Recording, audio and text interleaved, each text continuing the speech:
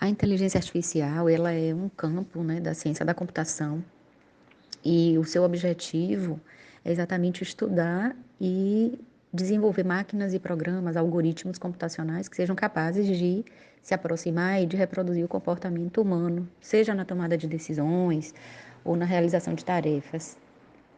E diversas tarefas, né? Como, por exemplo, computação visual, né? Reconhecimento de imagens, você pode usar a, a inteligência artificial, e esse é um uso também que já se faz, né, no dia a dia. A possibilidade, por exemplo, a gente tem falado muito dos carros autônomos, né? Que sem a necessidade de uma pessoa ao volante, esses carros autônomos também usam recursos de inteligência artificial. Marketing e atendimento digital, os bots com os quais nós conversamos, né, quando a gente faz uma ligação para a empresa, às vezes, inicialmente nós somos atendidos por um bot, né, por uma inteligência artificial, e depois deslocados, se desejarmos, para o atendimento, né, por um especialista humano. Mas inicialmente nós somos atendidos, né, por uma inteligência artificial, que a gente chama de bot, né, de chatbot, que, que vai nos dando opções, né, escolhas e vai interagindo com a gente, né, com o usuário. Uma outra área também, né, do nosso dia a dia que vem utilizando a inteligência artificial é a área da medicina, né? Telemedicina e outras áreas de reconhecimento de imagens relacionadas à medicina também. A inteligência artificial, ela já estava presente, né, na educação de alguma forma, tempos anteriores, mas a discussão agora fica mais acirrada em função do surgimento do ChatGPT, né? Das consequências do uso desse recurso na educação e para além da educação, as questões éticas, enfim.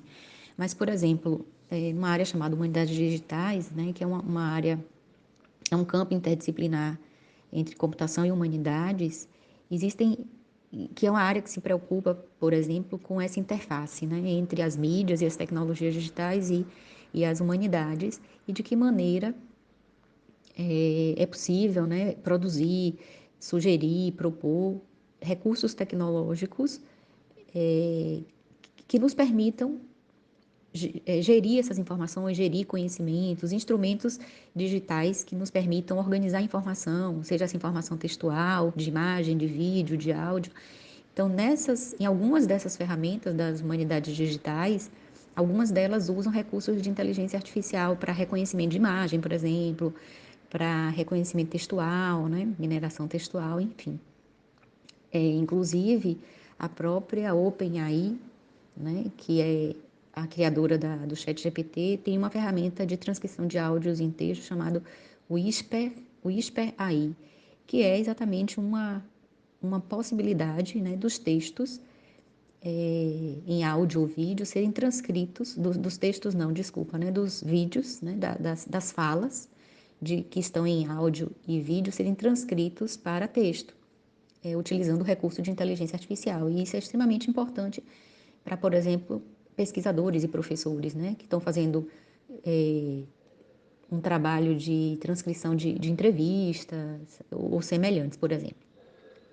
Além disso, a gente pode usar na educação, por exemplo, assistentes administrativos virtuais baseados em inteligência artificial semelhantes, é o que a gente chama de chatbot, semelhante ao que eu tinha dito antes do marketing digital, né? Então, aquele primeiro atendimento administrativo de gestão escolar seria feito por um bot. E aí, a partir daí, se houvesse a necessidade de uma intervenção humana, mas inicialmente sem intervenção humana, ou um bot para dúvidas dos alunos, né, sobre questões administrativas, de prova, avaliação, coisas do gênero, né. Outra possibilidade do uso da IA na educação é a questão de automatizar, a partir do uso da inteligência artificial, uma tarefa que é exaustiva para os professores, por exemplo, que é a correção de avaliações, né. Então, essa é uma possibilidade, claro que ainda há discussões sobre isso, né? Questões da semântica, da compreensão, do entendimento disso, o quanto a inteligência artificial seria capaz, né, de como recurso computacional, avaliar adequadamente. Então, tem toda essa questão e discussão em relação a isso, mas é também uma possibilidade de usar sistemas inteligentes que façam essa detecção, né, de padrões de resposta, né, estatístico, enfim. O ChatGPT, ela é uma tecnologia, né, criada pela OpenAI, pela empresa OpenAI, essa mesma que eu falei anteriormente do Whisper AI.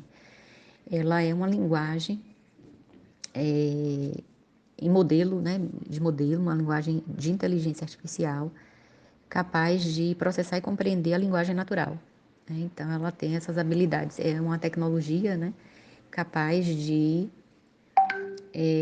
a partir de alguma informação, né, de alguma solicitação, e a partir de algoritmos, né, que trabalham em cima de grandes volumes de dados, de análise de grandes volumes de dados, e a partir de um treinamento, né, em relação a essa base de dados, produzir respostas às perguntas, né, que são dadas a esse bot.